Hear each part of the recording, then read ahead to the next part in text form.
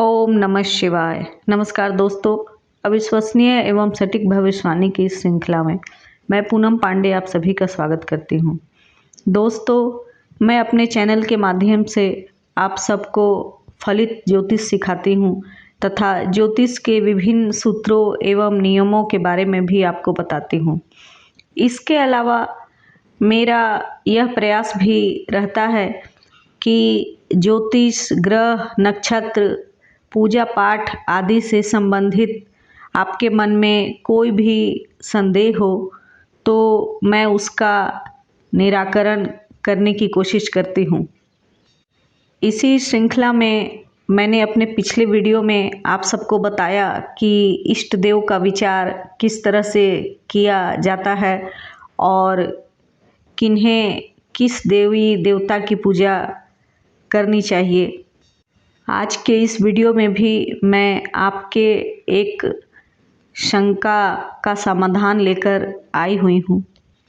दोस्तों, जैसा कि आप सभी जानते हैं कि हर किसी की कुंडली में कोई न कोई ग्रह अशुभ अवस्था में अवश्य होता है और अपना अशुभ फल दे रहा होता है, जिसके उपाय के तौर पर हम ज्योतिषी या पंडित आप लोगों को उस ग्रह की शांति करवाने अथवा उसके मंत्र जाप करने को कहते हैं। इस स्थिति में बहुत से लोगों का यह सवाल होता है कि क्या ग्रहों की शांति के लिए पूजा पाठ, मंत्र जाप किसी पंडित या ब्राह्मण से कराना आवश्यक है अथवा हम स्वयं भी यह कर सकते हैं। तो आज इसी शंका का समाधान करने के लिए मैं आप सबके सामने उपस्थित हुई हूँ। सबसे पहले तो आपको यह समझना होगा कि मंत्र जाप अथवा ग्रह की शांति से हमारा तात्पर्य क्या है। दोस्तों, हमारे शास्त्रों में 9 ग्रहों के अलग अलग मंत्र बताए गए हैं और उन ग्रहों की शांति के लिए मंत्र जाप की संख्या भी तय की गई है। जैसे कि चंद्रमा की जाप संख्या 11,000 बताई गई है, जो कि कलयुग में इससे 4 गुना अधिक जाप करने का विधान है। मतलब कि 44,000 मंत्र जाप संख्या है चंद्रमा के लिए। कुंडली में जो भी ग्रह अशुभ स्थिति में होते हैं और अशुभ फल प्रदान करते हैं, उनके मंत्र की एक निश्चित संख्या की जाप की जाती है और आखिरी दिन में उसका दशांश हवन किया जाता है। इसे ही ग्रह शांति पूजन कहा जाता है। मंत्र जाप करने से उस मंत्र से संबंधित देवता अथवा ग्रह का आशीर्वाद प्राप्त होता है और हमें अभीष्ट की प्राप्ति होती है। इसके साथ ही उस ग्रह की नकारात्मक फलों में बहुत ही कमी आती है। अब चलिए इस प्रश्न पर आते हैं कि ग्रह का मंत्र जाप अथवा ग्रह शांति पूजन किसी ब्राह्मण या पंडित से करवाना आवश्यक है अथवा हम स्वयं भी कर सकते हैं। सबसे पहले तो आप यह जान लें कि जो ब्राह्मण या पंडित नित्य पूजा पाठ, मंत्र जाप आदि करते हैं, उनमें से अधिकांश जन अपने इष्ट देव का आशीर्वाद पहले ही प्राप्त कर चुके होते हैं। तो उनके थोड़े से प्रयास और प्रार्थना मात्र से आपके कार्य सफल हो जाते हैं, क्योंकि उनके इष्ट अथवा सिद्धियां उनकी आज्ञा मानने को उपस्थित रहती हैं। ये सब ठीक उसी प्रकार से होता है जैसे कोई महान संत अथवा महात्मा अपने संकल्प मात्र से ही दूसरों के दुखों को दूर कर दिया करते थे। यहाँ मैं आपको यह भी बताना चाहती हूँ कि मैं यहाँ पर योग्य ब्राह्मण और पंडित की बात कर रही हूँ। हर पंडित या ब्राह्मण की बात नहीं कर रही है। यहाँ मैं केवल वैसे पंडित और ब्राह्मणों की बात कर रही हूँ जो नित्य नियमित रूप से पूजा पाठ करते हैं एवं अपने इष्ट देव की आराधना करते हैं। उनका आचार विचार व्यवहार सभी सात्विक होता है।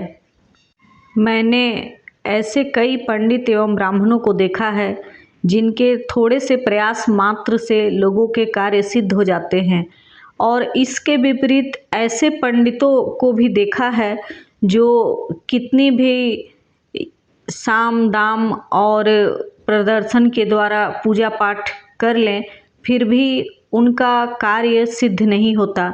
जिस मनसा को लेकर उनसे पूजा पाठ करवाई जाती है वह सिद्ध नहीं होता। ऐसा भी नहीं है कि ईश्वर का आशीर्वाद केवल ब्राह्मण या पंडित को ही मिलता है। यदि आपको लगता है कि आप अपने आसपास के पंडितों ब्राह्मणों से अधिक या उनकी तरह योग्य हैं तो अवश्य ही आपके मंत्र जाप से आपको लाभ प्राप्त होगा।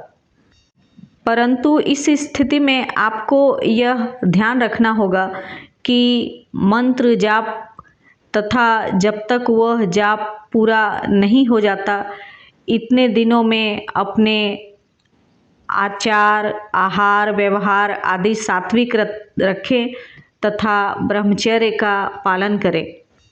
यदि आप आपातकाल की स्थिति में नहीं हैं तो फिर आज से ही मंत्र जाप तथा साधना शुरू कर सकते हैं ताकि भविष्य के लिए तब तक आप बहुत कुछ प्राप्त कर चुके होंगे। परंतु आपातकाल की स्थिति में ग्रह शांति पूजा किसी योग्य ब्राह्मण या पंडित से कराना ही उचित होता है। थोड़े इस सामान्य स्तर से और ऊपर की बात करें तो ग्रह दोष तथा उसके मंत्र जाप ग्रह शांति पूजन इत्यादि ये सभी उन सामान्य मनुष्यों के लिए हैं जिनके जीवन में बस पैसे कमाना खाना और सोना यही उनके जीवन में होता है।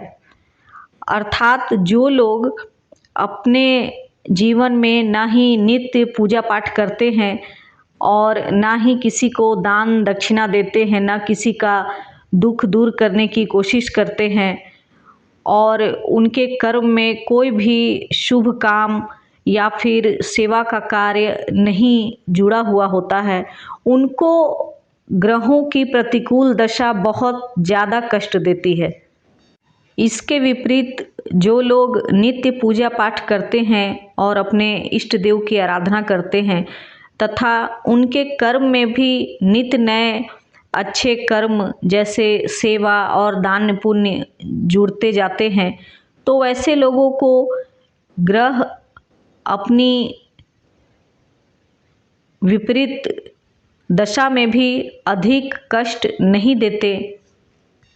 सामान्य भाषा में कहूँ तो ईश्वर की भक्ति करने वाले तथा दूसरों की सेवा तथा दान पुण्य करने वाले लोगों को कोई भी ग्रह अपना दुष्प्रभाव नहीं देते हैं।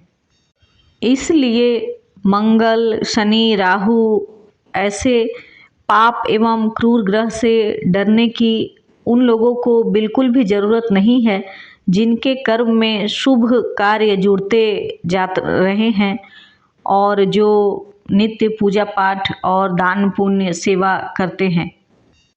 बहुत सारे लोगों के मन में यह सवाल भी होता है कि क्या ग्रहों के मंत्र जाप तथा उनकी शांति कराने से कोई लाभ होता है? तो मैं बताना चाहूँगी कि बिल्कुल लाभ होता है और मैंने इसे प्रत्यक्ष देखा है। मैंने स्वयं सैकड़ों लोगों के लिए ग्रहों की शांति एवं उसके जाप किए हैं और उसका शुभ फल प्राप्त होते हुए भी मैंने देखा है।